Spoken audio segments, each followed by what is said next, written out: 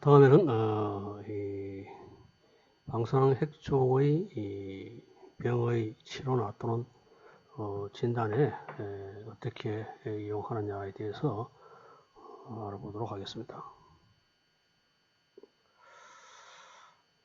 지금 알려진 방사능 핵종은 대략 1850개 정도 됩니다. 그 중에서 이 안정한 핵은 280개 정도고요. 나머지는 전부 다 방사능 핵종입니다.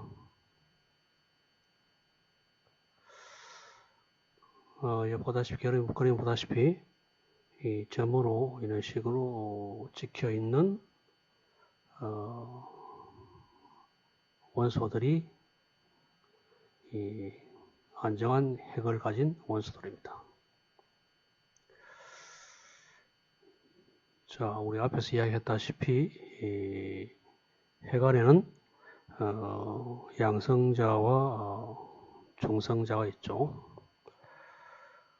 그래서 양성자의 이 개수를 G로 표시했고요. 중성자의 개수를 N으로 표시했습니다. 자, 그리고 이 붉은 선이 양성자와 중성자의 개수가 같은 라인이에요. 자, 핵 안에 존재하는 양성자와 중성자는 이 핵력이 작용하죠. 그래서 이 좁은 공간에 아주 좁은 공간에 이 많은 수의 양성자와 중성자가 존재하는데 그 양성과 중성자 사이에는 또는 양성자 또는 양성자 중성자 사이에는 핵력이 작용을 합니다. 우리가 기본 입자에 대한 얘기를 할 때 이 핵력은 글루이라는 그러한 이 보존에 의해서 작용한다는 것을 배웠습니다만, 그래서 이 양성자와 양성자 사이에도 서로 인력이 존재하고, 그리고 양성자와 중성자 사이에도 인력이 작용하고, 중성자와 중성자 사이에도 서로 인력이 작용합니다. 자, 그런데 양성자와 양성자 사이에는 이 인력 이외에 전기적 힘의 반발력에 의해서 서로 미는 힘도 동시에 존재해요. 자, 그래서 이 안정한 핵을 보면은 이 원자 번호가 작은 그런 경우에 대략 한 20번 정도. 그래서 원자 번호가 양성자의 개수는 원자 번호죠. 그래서 20개고 20개 정도까지는 양성자와 중성자의 개수가 같아요. 그렇죠? 그리고 그보다 원자 번호가 큰 경우에는 이와 같이 양성자의 개수보다는 중성자의 개수가 더 많습니다. 자, 이거는 이제 양성자가 많아지면은 전기적 반발력이 작용하니까 결과적으로 이 중성자가 더 많아지는 것을 선호하기 때문이에요. 그래서 우리가 양성자의 개수하고 중성자의 개수를 더한 값을 질량수라고 불러요. 매스 넘버로 부르는데, 그리고 이 핵은 이 핵을 표현을 하는데, 이 X는 원소 기호입니다. 원소 기호고, 이쪽에 G는 양성자의 개수고, 요 위쪽 어깨에는 질량수를 이런 식으로 표현합니다. 자, 그래서 예를 들면 탄소 같으면은 탄소는 원자 기호가 C니까요. C이고 이 탄소 핵 안에는 양성자가 6개 있어요. 그리고 주위에 전자가 또 6개 있죠. 그래서 중성을 이룹니다. 그리고 양성자 이외의 핵 안에는 중성자 6개가 있어요. 그래서 원자 번호가 20 또는 질량수가 40 이하인 그런 핵의 경우에는 양성자의 개수하고 중성자 개수가 같아요. 대략. 그리고 질량수가 40 이상, 원자 번호가 20 이상인 경우에는 중성자가 양성자 숫자보다 많아요. 자, 그리고 같은 원소라도 질량이 다른 그러한 핵들이 존재를 합니다. 그걸 우리가 동위원소라고 부릅니다. 원소는 같은 원소이나 중성자의 수가 달라서 질량이 다른 원소를 우리가 동위원소라고 부릅니다. 그래서 탄소의 경우에는 모두 다 양성 6개인 탄소죠. 탄소인데 이거는 중성자가 6개 해가지고 질량수가 12이고 이건 중성 7개에서 질량수가 13, 중성자가 8개, 그래서 질량수가 14인 이러한 다양한 원소들이 같은 원소지만은 중성자가 숫자가 달라가지고 질량이 다른 원소들이 존재를 해요.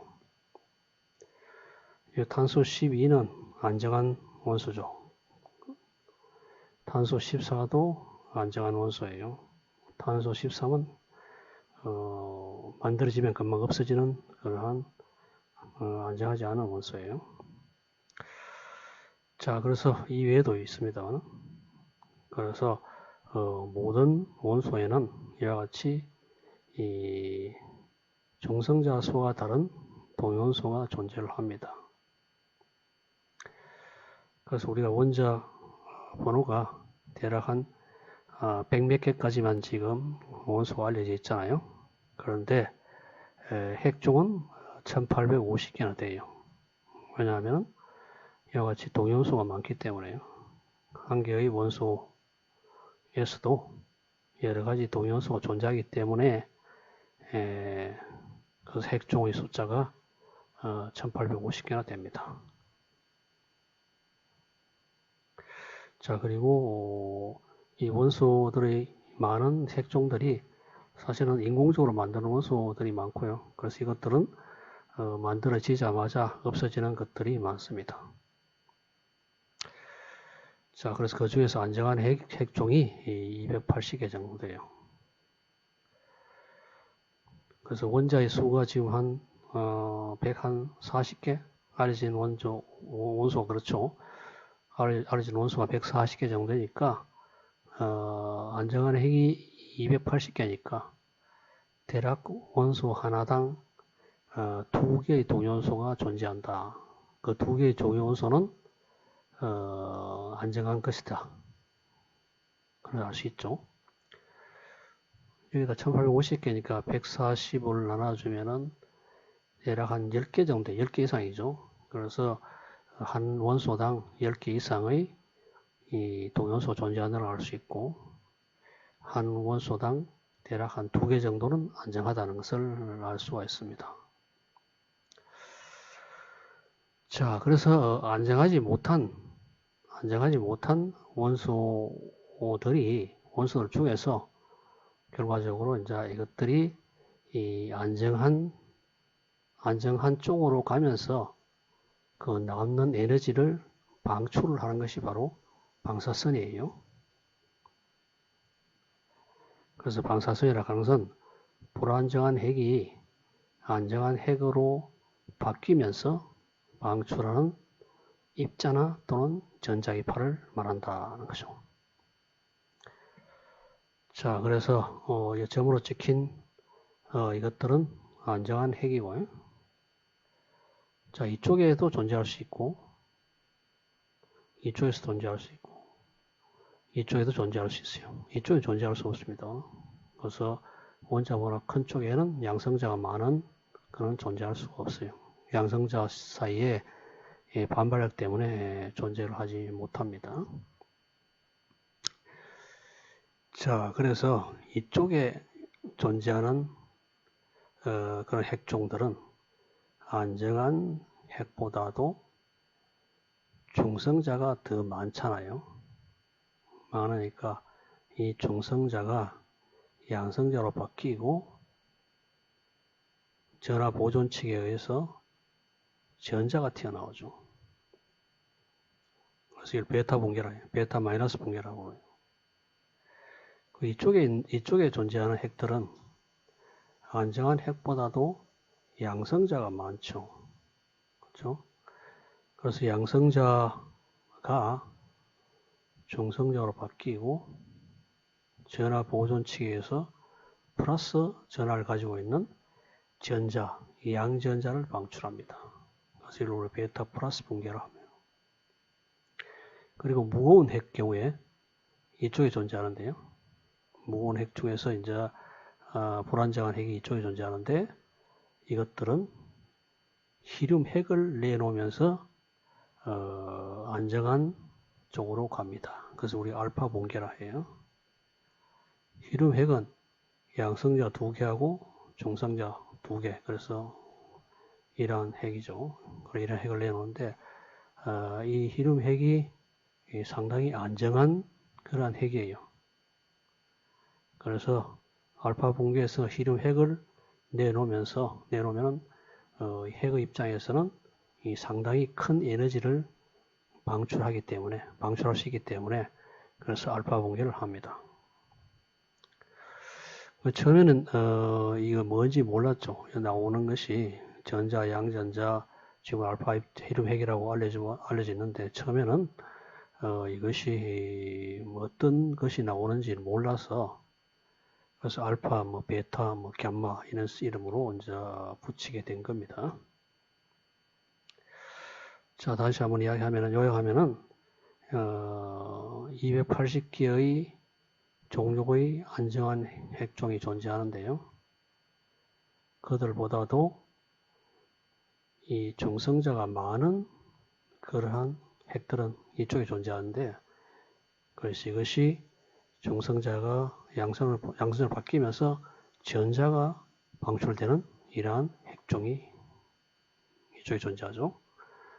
반면에 이쪽에는 안정한 핵보다도 양성자가 더 많은데 그 양성자가 중성자로 바뀌면서 양의 전하를 가지고 있는 전자, 양전자를 내는 그러한 핵들이 이쪽에 존재합니다.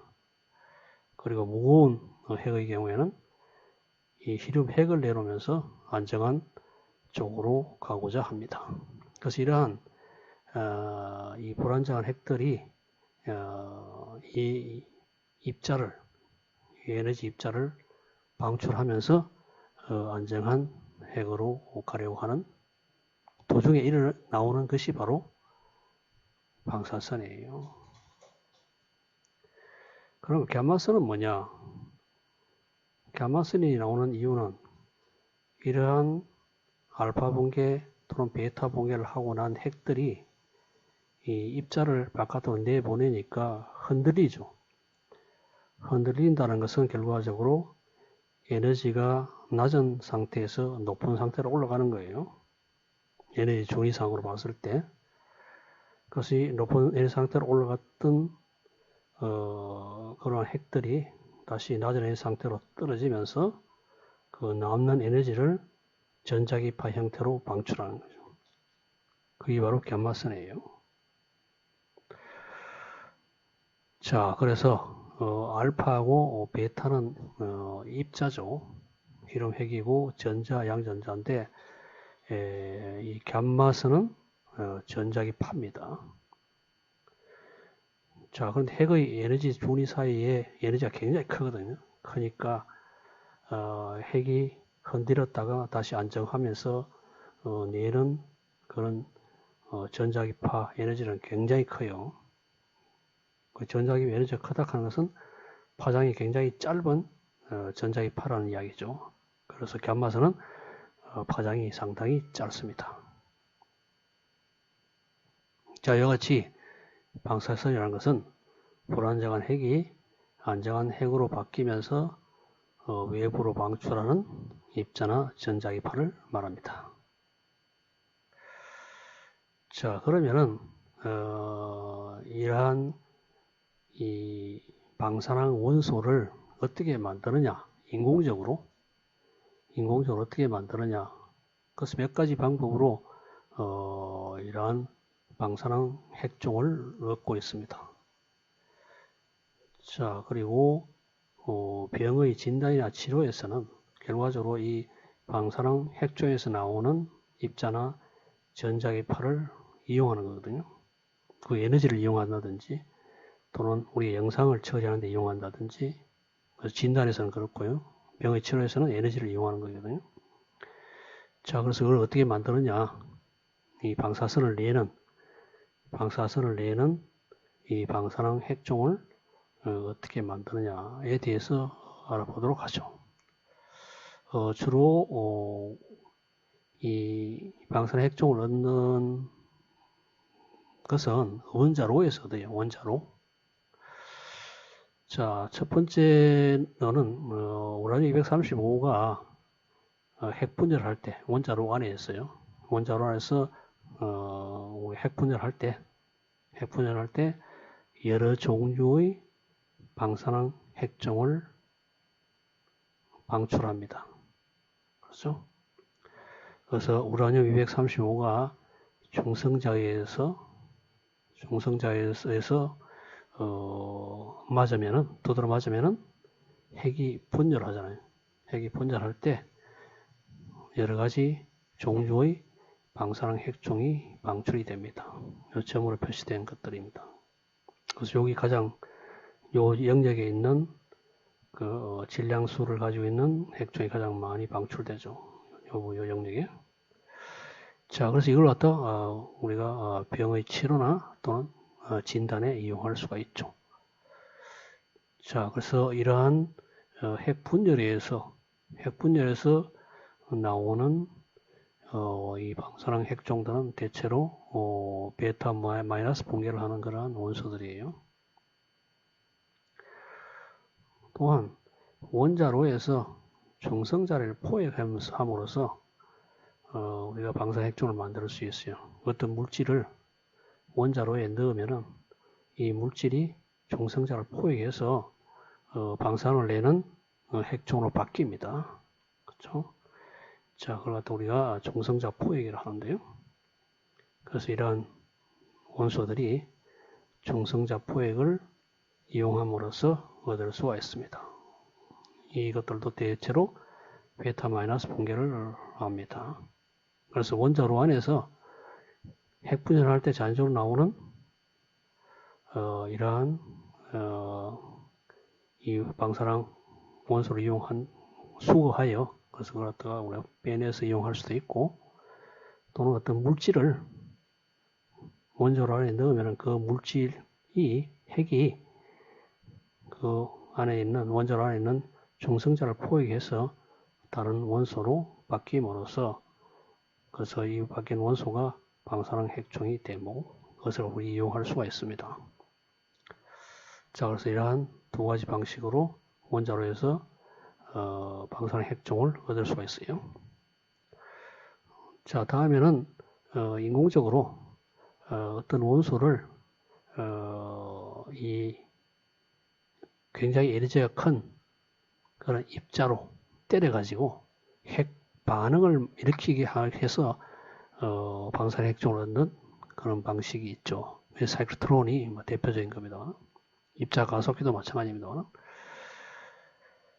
자, 그래서 때리는 입자들이 양성자가 때리든지 또는 중수소, 삼중수소, 히륨3 이런 걸 갖다가 가속시켜 가지고 아주 빠른 속도로 가속시킨 후에 이 타겟 물질에다가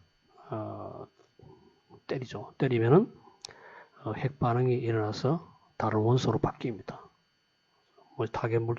타겟 물질을 이런 종류를 쓰면은 이것들이 바뀌죠. 그래서 이러한 이 방사능 핵종을 가지고 있는 그러한 원소를 얻을 수가 있습니다. 그래서 방사능 핵종이 아닌 타겟 물질, 뭐 예를 들어 TL, 오늘 201은 방사능 핵종입니다. TL 방사능 핵종이 아닌 그런 타겟을 두고 양성자가 때리면은 이와 같이 TL 201을 얻을 수 있어요. 요도도 마찬가지로 이런 식으로. 자, 이런 식으로 이제 인공적으로 이 굉장히 에너지가 큰 그런 하전 입자들을 갖다가 표적 원소, 표적 물질에 가속시가 때림으로써 핵 반응을 일으켜서 방사능 핵종을 만들 수가 있어요. 그래서 이걸 갖다 우리 사이클트론이 대표적으로 많이 이용되는 그런 장치입니다. 자, 이와 같은 방식 이외에도 몇 가지 있습니다. 대표적으로 이러한 방식을 이용함으로써 우리가 인공적으로 방사능 핵종, 이러한 핵종을 얻을 수가 있습니다. 그래서 이것들을 의학적으로는 병의 치료와 진단에 이용할 수가 있죠. 자, 첫 번째 병의 치료에 방사능 핵종들이 어떻게 이용되는지에 대해서 먼저 알아보도록 하겠습니다. 자, 기본적으로 기본적 원리는 방사능 물질에서 나오는 방사선의 에너지에 의해서 종양세포가 파괴됨으로써 종양을 치료하는 그런 방식이 방사선을 이용하는 그런 주된 원리예요. 병을 치료하는 주된 원리입니다. 악성 종양의 치료에 주로 이제 코발트 60과 같은 방사능 핵종이 사용되고 있습니다. 나보로 된 용기에 담긴 코발트 60에서 나오는 감마선을 적당한 집속기를 이용해서 뇌하 수체에 생긴 강낭콩만한 종양에 집중시킬 수 있다. 이거는 지금 아마도 췌장 부분이나 모르겠습니다. 집중시킬 수 있습니다. 그래서 뇌하 수체에도 집중시킬 수 있죠. 그래서 여러 인체의 각 여러 부분에 생긴 종양을 이와 같이 이 코발트 60에서 나오는 감마선을 집중시켜서 파괴할 수가 있습니다. 또한 신체의 반을 조사하는 방식으로 국소화할 수 없는 전신에 퍼진 암세포를 치료하거나 또는 환자의 고통을 줄이는 데 사용하고 있습니다. 자, 이와 같이 외부의 방사능 물질을 두고 여기서 나오는 방사선을 집속시켜 인체에 생긴 종양을 치료하는 대신에 방사능 핵종을 직접 몸속에 투여하는 방식으로 병을 치료하는 방법이 현재 많이 사용되고 있습니다. 자, 이러한 용도로 사용하는 방사능 핵종은 특정 목표 장기에 선택적으로 많이 흡수되게 만듭니다. 그렇죠? 자, 그러면은 특정 장기에 흡수된 방사능 핵종은 이 베타 봉해를 통해서 전자를 방출하는데 이 전자들은 1에서 3cm의 아주 짧은 거리를 이동하여 멈추기 때문에 세포에 대한 영향을 아주 국소적으로 제한할 수가 있습니다. 그래서 다른 세포들의 피해를 막을 수가 있어요. 그래서 관건이 뭐냐 하면은 특정 장기에 선택적으로 흡수되는 방사능 핵종 물질을 만드는 거죠. 자, 그걸 갖다 우리 핵의학이라고 불러요. 약이니까요. 약. 그러니까 보통 약이 아니라 핵약이라 이 말이죠. 자, 그래서 방사능 핵종들은 원소 그대로 투여하기도 하고, 특히 요도 같은 거는 특정 장기에 그대로 많이 흡수되기 때문에 원소를 그대로 투여할 수도 있어요. 또는 인체에 무해한 화합물에 이 방사능 핵종을 갖다가 레이블하여 부착해가지고 인체에 투여하기도 합니다. 그래서 이 화합물을 갖다 우리가 핵의학이라고 불러요. 그래서 핵의학은 갑상선 질환, 암에 의한 뼈의 통증 완화, 악성 종양 등 여러 질병을 치료하는 목적으로 현재 사용되고 있고 새로운 핵의학도 계속 나오고 있습니다.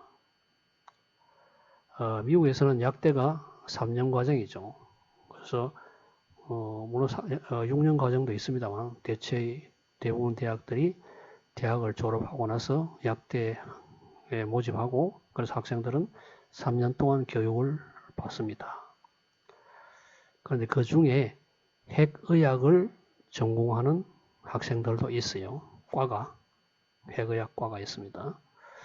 그래서 이 핵의학과에는 이러한 이 방사능 물질이 어떤 특정 장기에 선택적으로 흡수하게 하는 화합물을 만드는, 그래서 그걸 연구하는 그러한 핵의학과가 있습니다.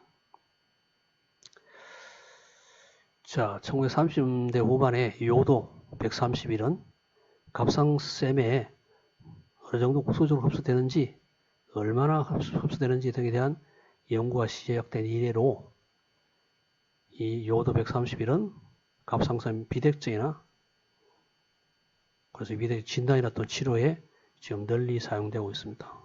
그래서 요도 원소 그대로 이 요도 131은 그대로 투여해도 대부분의 요도들이 이 갑상샘에 선택적으로 많이 흡수돼요.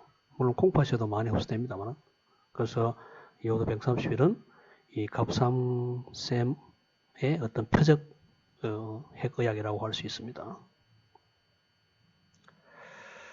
자, 갑상샘에 대해 수술을 하거나 장기적으로 약물을 투여하는 것은 부작용을 유발할 수 있는 데 대해서 방사능 치료는 한 번의 투여로 큰 치료 효과를 얻을 수가 있습니다.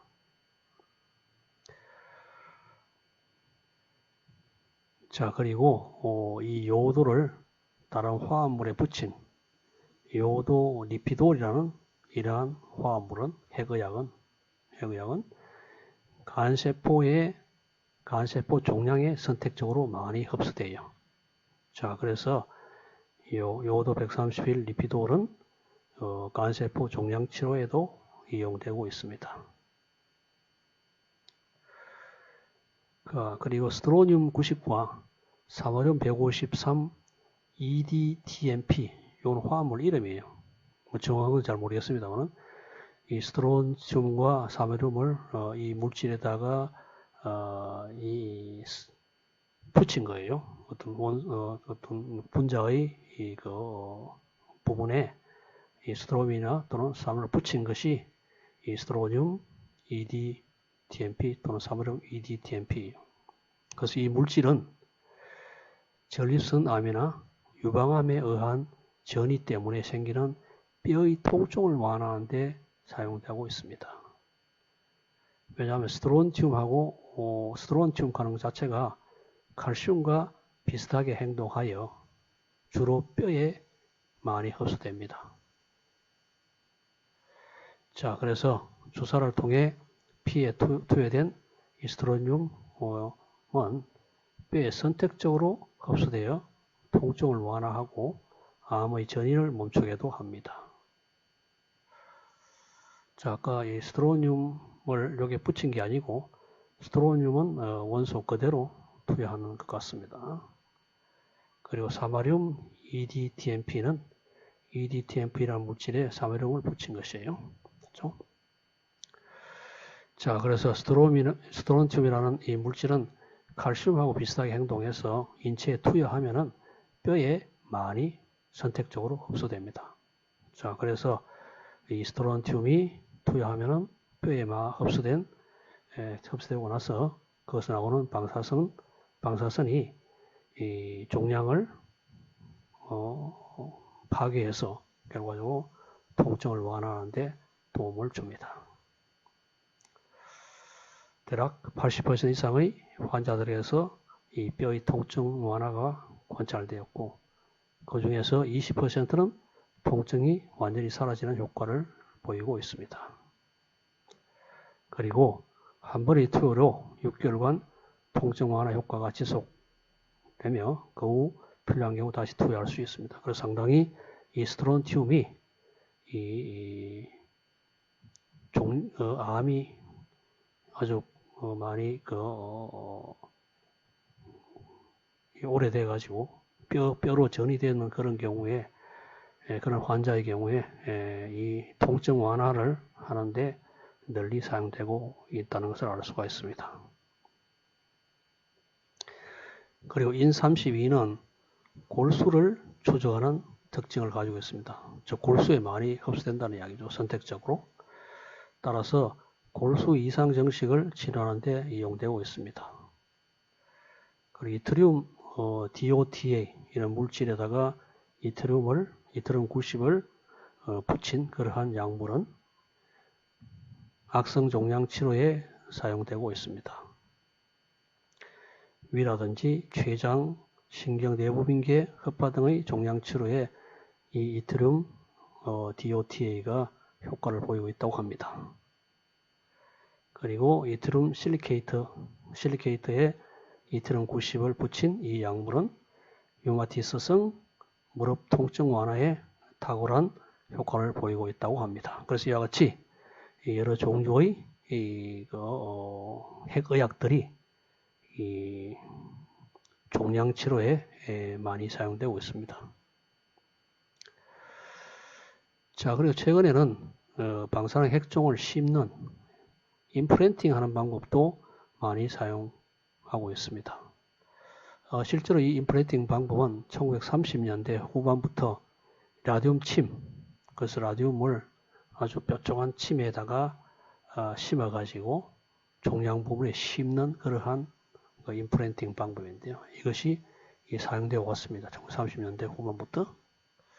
그래서 바늘 위에 살알보다도 작은 요도 덩어리, 현재 이야기입니다. 이건 30대 후반에 이제 라듐을 침해해가지고 종양 심어서 정치로 사용해 왔는데, 현재는 바늘 위에 살알보다 작은 요도 125 덩어리를 초음파 진단기로 위치를 잡아가면서 전립선에 심는 방법이 있습니다. 이와 같이 그 전립선에 이 작은 요도 덩어리를 이 전립선에 투여합니다. 하면은 여기서 나오는 감마선에 의해서 이 종양을 파괴하게 됩니다. 자, 이렇게 함으로써 외부에서 방사선을 찌어주는 기존의 방법보다 두세 배 이상의 에너지를 종양에 가할 수가 있습니다. 그림과 같이 유방암에도 용암한 이 종양에 방사능 핵종을 심어서 치료하는 과정을 보여주고 있습니다. 이와 같이 이 방사능 핵종에서 나오는 방사선의 에너지를 이용해서 종양세포를 파괴하는 그런 방식으로 병의 치료에 이 방사능 핵종들이 사용되고 있습니다. 지금까지 이야기한 걸 요약을 해보면은 요도 131은 갑상선 종양이라든지 기능항진증의 치료에 사용되고 있고요. 그리고 스트론튬 하고 사마륨, EDTMP는 뼈의 통증에 완화하는 데 사용되고 있고요.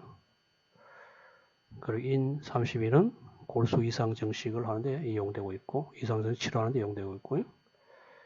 요도 131은 간세포 합성 종양을 치료하는데 요도 리피돌이라는 이러한 화합물을 이용하면서 치료하는 데 사용하고 있습니다. 그리고 이트리움 도타 또는 옥트레 아들 이러한 화합물은 위암이나 허파암 치료하는 데 사용되고 있고요.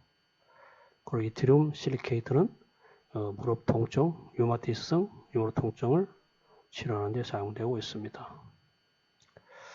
자, 이와 같이 이 핵종 그대로 요도 130과 같이 핵종 그대로 또는 인 132와 같이 핵종 그대로 사용하는 그러한 방사능 핵종도 있고, 또는 화합물 형태로 만들어 가지고 어떤 특정 장기 부분에 이 화합물이 선택적으로 많이 흡수되게 만들어 가지고 그 부분에 생긴 종양을 이 방사능 핵종이 내는 이 방사선의 에너지를 이용해서 파괴하는 방식으로 병치료하는 데 이용되고 있다는 것을 볼 수가 있습니다. 자, 다음에는 이 방사능 핵종을 이용한 이 진단 장비에 대해서 알아보도록 하겠습니다. 우리가 잘 알고 있는 대표적인 이 방사능 핵종을 이용한 진단 장비는 양전자 단청 촬영이에요. PET이라 불러가지고 포지트론 에미션 토모그래피라 해서 우리가 통상 PET이라 불러요. 이 PET이 이 병원에서 이 암의 진단에 널리 사용하고 있습니다. PET을 이야기하기 전에 스펙트부터 먼저 이야기를 하도록 하겠습니다. 이 스펙트는 PET이 나오기 전에 방사능 핵종을 이용한 진단 장비로서 널리 사용되었어요. 그러다가 PET이 나온 이후로 그 사용량이 현저하게 줄어들었습니다. 왜냐하면 이 스펙트보다 PET이 10배 이상, 그러니까 이 해상도가 좋거든요. 그래서 초기에는 이 스펙트가 널리 사용되었었는데 현재는 스펙트는 제한된 그러한 곳에서만 사용되고 있습니다. 스펙트는 싱글 포톤 에미션 컴퓨티드 토모그래피라고 했어요. 그래서 SPECT에서 스펙트라고 이름으로 불립니다. 자, 스펙트는 인체에 우리 앞에서 우리 핵의학 이야기했잖아요. 그래서 이제 특정 장기 부분에 선택적으로 많이 흡수되는 방사능 물질을 인체에 투여합니다. 그래서 이 부분에 암 조직이 있다고 칩시다. 자, 그럼 암 조직에 흡수된 그런 방사능 핵종에서 나오는 방사선들이 사방으로 이런 식으로 나오겠죠. 자, 그런데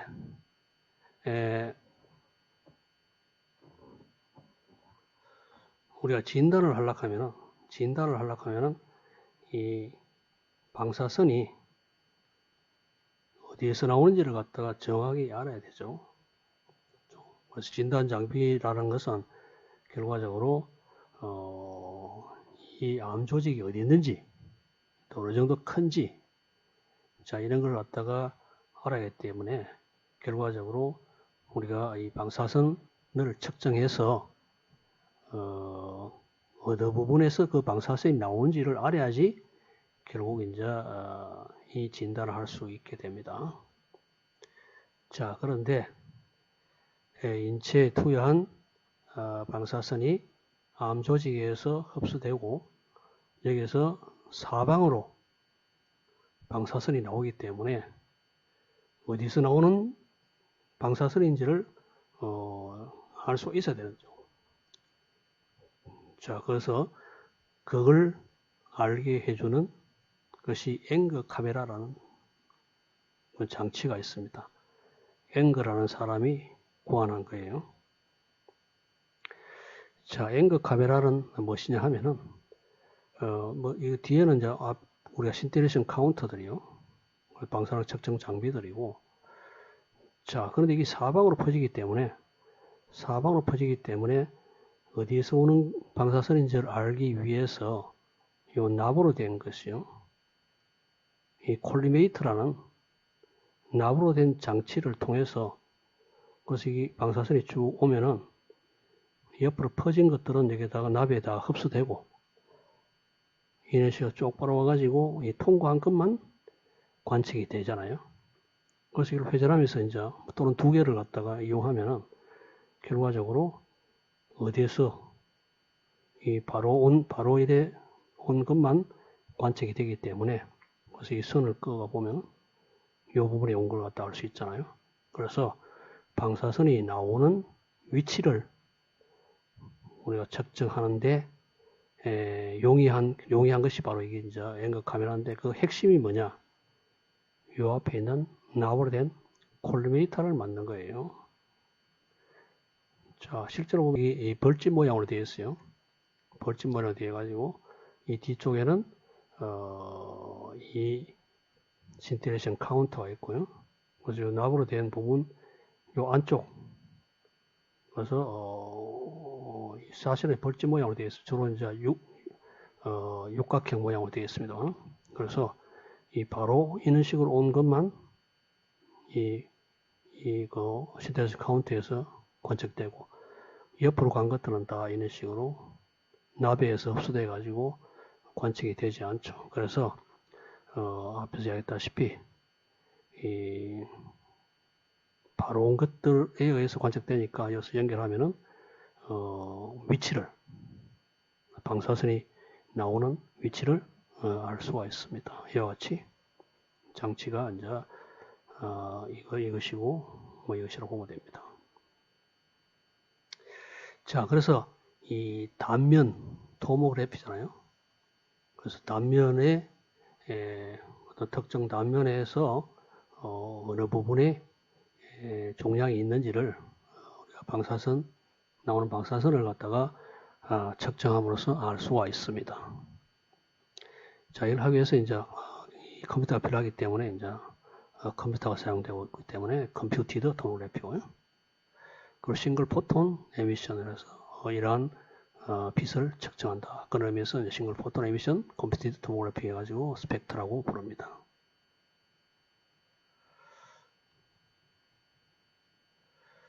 자, 이 스펙트 장비입니다. 자, 스펙트에 사용되는 방사능 약물들 주로 이제 TC99M을 많이 사용해요. 많은 장기 부분에 뼈라든지 심장, 그 다음에 뇌 부분,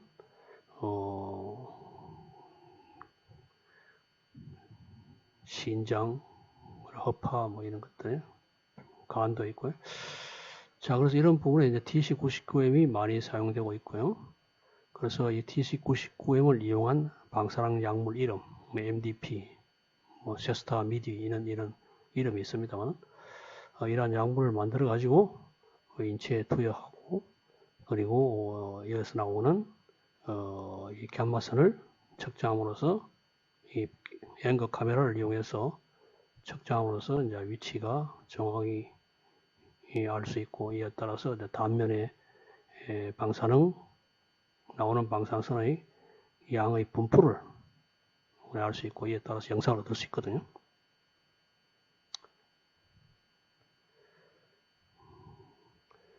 자, 이 스펙트하고 CT를 결합한 장치입니다. 왜냐하면 방사선에서 나오는 그 방사선 약으로 이제 영상을 만들면은 문제는 이제 이게 이제 장기의 여러 부분인지 알 수가 없잖아요. 자, 그래서 CT하고 결합한 그러한 장치가 스펙트 CT 장치가 있습니다. 그래서 보다시피 이 부분에 이 방사선 양이 많이 관측되는데 이제 CT를 결합하면은 장기 어느 부분에서 그런 식으로 이 암 조직이 있는지를 알 수가 있습니다. 이와 같이 이것도 마찬가지로 이 부분에 암 조직이 있는데요. 그 CT를 이용함으로써 어느 부분에 있는지를 정확히 알 수가 있죠. 이것도 마찬가지로. 그래서 스펙트 영상으로 보면은 이 부분만 방사선 양의 크고 작음을 나타내는 이러한 요 영상을 얻을 수 있는데요. 그래서 CT를 결합함으로써 그것이 어느 부분인지를, 장기 어느 부분인지를 알 수가 있습니다. 자, 이와 같이 이제 스펙트 장비가 이 방사능 핵종을 이용한 진단 장비로 여러 분야에 여러 부분에 생기는 암을 갖다가 진단하는데 많이 사용되어 왔습니다. 자, 그런데 이 펫이 등장했어요. 자, 펫이란 것이 뭐냐 하면은 포지트론 에미션 토모그래피죠. 포지트론은 양전자입니다. 그래서 양전자를 방출하는 방사능 핵종을 이용한 겁니다. 그래서 이 양전자를 방출하는 방사능 핵종으로 핵의학을 만들어 가지고 인체에 투여하면은 그것이 특정 장기 부분에 많이 흡수되죠. 흡수되면 그 흡수된 그 장기에서 양전자가 핵종에서 양전자가 나올 거 아니에요. 그런데 양전자는 주위에 전자가 있으니까 이 전자와 합쳐져서 소멸됩니다. 그렇죠?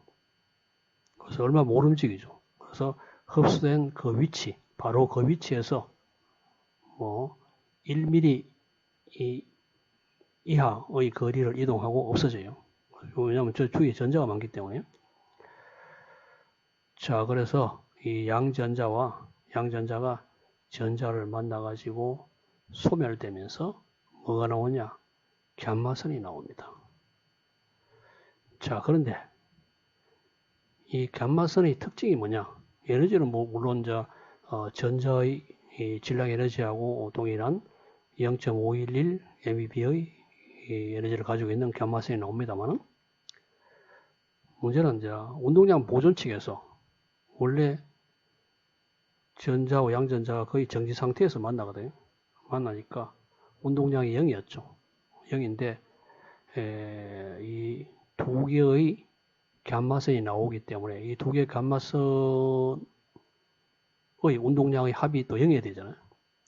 그래서 운동량이라는 것은 속도에 관계되잖아요. 속도 관계되니까 결과적으로 이 운동량 보존칙을 만족하려면은 이 두 개의 감마선은 서로 반대 방향으로 나와야 돼요. 정확하게 180도 반대 방향으로 방출이 됩니다. 자, 그래서 이 상소멸할 때 양전자가 전자를 만나가지고 상소멸할 때 두 개의 감마선이 나오는데 이 두 개의 감마선이 정확하게 180도 방향으로 나옵니다. 자, 그래서 이 특징을 이용하면은 이 방사선 핵종이 흡수된 위치를 굉장히 정확하게 알 수 있죠. 왜냐하면은 이 방사선 핵종을 인체에 투여하면은 종양 부분에 흡수되었습니다. 이어서 양전자가 나와가지고 주위에 전자가 합쳐져가지고 두 개의 감마선이 180도 방향으로 정확하게 나와요. 그럼 이 주위에 디텍터 링 전부 다 하나하나가 전부 다 신티레이션 카운터라고 보면 됩니다. 자, 이것이 정확하게 나오기 때문에 결과적으로 이까지 이동하는 거리의 시간 차이가 있기 때문에 이 위치를 정확하게 알 수 있죠. 아니면 이걸 돌려봐야 되죠. 링을 돌려가지고 돌려가 측정하면은 그 위치가 180도 방향 나오기 때문에 정확하게 이 위치가 알 수가 있습니다. 자, 그래서 이 스펙트에서 나오는 감마선은 앵글 카메라로 측정하는데 그 분해능이 좀 이보다는 좋지를 않아요. 왜냐하면 이것이 바로 들어오는데 수직으로 나온 것만 들어오는데 또 옆으로 약간 퍼진 것도 들어오잖아요. 그러니까 약간의 어떤 위치 분해능이 좀 약간 좋지 않죠. 이 스펙트로 앵글 카메라로 측정한 것이. 자, PS의 경우에는 정확하게 180도 방향으로 나오기 때문에 이 위치가 굉장히 정확하게 측정이 가능하죠. 자, 그래서 이 위치 분해능이 PS이 훨씬 스펙트보다 좋습니다. 자, 그런데 문제가 뭐냐면은 이 PS에 사용되는 방사능 물질은 주로 베타 플러스 분계를 하는 그러한 방사능 핵종들이에요. 자, 그런데 베타 플러스 분계를 하는 방사능 핵종의 반감기가 상당히 짧습니다. 예를 들어 탄소 10일 경우에 20.5분밖에 안 돼요. 질소 13은 10분, 옥시전 15는 2분. 뭐 이래 되니까 RB82는 1.2분. 자, 그래 되니까 이 방사능액종을 다른 곳에서 만들어 오면은 벌써 그게 20분밖에 안 돼요. 예를 들어 20분밖에 안 되기 때문에 딴 데서 만들어 오면은 거의 다 없어지죠. 그래서 그걸 사용할 수가 없습니다. 자, 그래서 이 펫을 위해서는 베타 플러스 분계를 하는 양전자를 내는 방사능 핵종이 필요한데, 양전자를 내는 방사능 핵종들은 반감기가 워낙 짧아가지고 어디에서 만들어가 와가지고는 사용할 수가 없죠. 그래서 그 자리에서 만들어야 돼요. 자, 그 자리를 만들기 때문에 그걸 만들기 위해서 이 사이클트론이 필요해요. 그래서 사이클트론을 이용해서 그 자리에서 만들어가지고 그대로 사용해야 돼요. 그래서 여기 보다시피 이 사이클트론 장치가 있고 바로 만들어가 바로 여기에 공급해가 폐센터에 보내가지고 바로 환자에 투여해가지고 사용해야 돼요. 그렇지 않으면은 벌써 다 없어지죠. 반감이 20분밖에 안 되고 어떤 거는 뭐 1분도 안 되기 때문에. 자, 그래서 상당히 이 PS의 사용이 제한적이었습니다. 그런데 1980년도 들어가지고 이 FDG라는 어떤 물질이 개발되었어요. 플로로디옥시글루코즈라는, 그러니까 당이죠. 당에다가 플로라인 18이라는 방사능 핵종을 붙인 겁니다. 이건 반감기가 110분이에요. 꽤 깁니다. 거의 2시간이잖아요. 자, 그리고 이것이 당 성분이죠. 당 성분이기 때문에 암 조직에 선택적으로 많이 흡수됩니다. 암 조직은 세포 분열을 굉장히 활발한 그런 그 조직이 바로 암 조직이죠. 세포가 이상 증식하는 게잖아요. 그게 바로 암이니까. 그래서 이 세포 분열을 막 하기 위해서는 뭐가 필요하면 당이 필요하잖아요. 그래서 에너지가 필요한데 그래서 당을 많이 흡수해요. 그래서 이 FDG를 인체 투여하면은 이 암 조직에 선택적으로 많이 흡수됩니다. 자, 그리고 F18의 반감기가 110분이기 때문에 2시간이잖아요.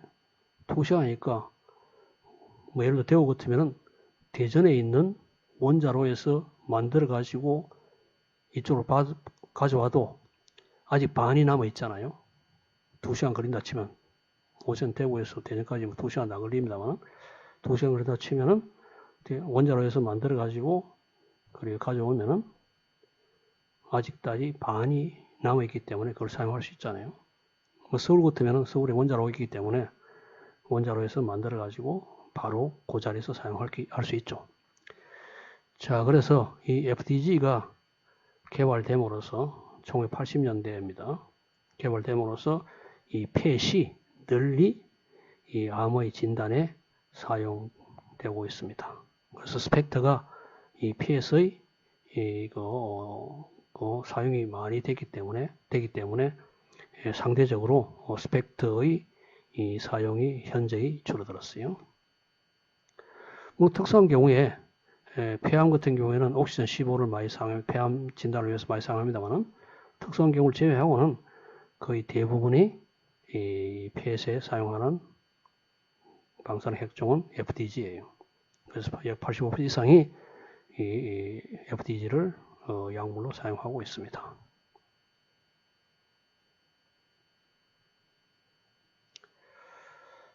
자, 그래서 아까 이야기했다시피 마찬가지로 이 폐도 방사선 양을 측정하기 때문에 이런 식으로 나오죠. 그래서 이게 어느 장기 부분이 있는지를 정확히 알 수가 없기 때문에 결국 여기서 보다시피 PS 이미지가 이 부분에 종양이 있는데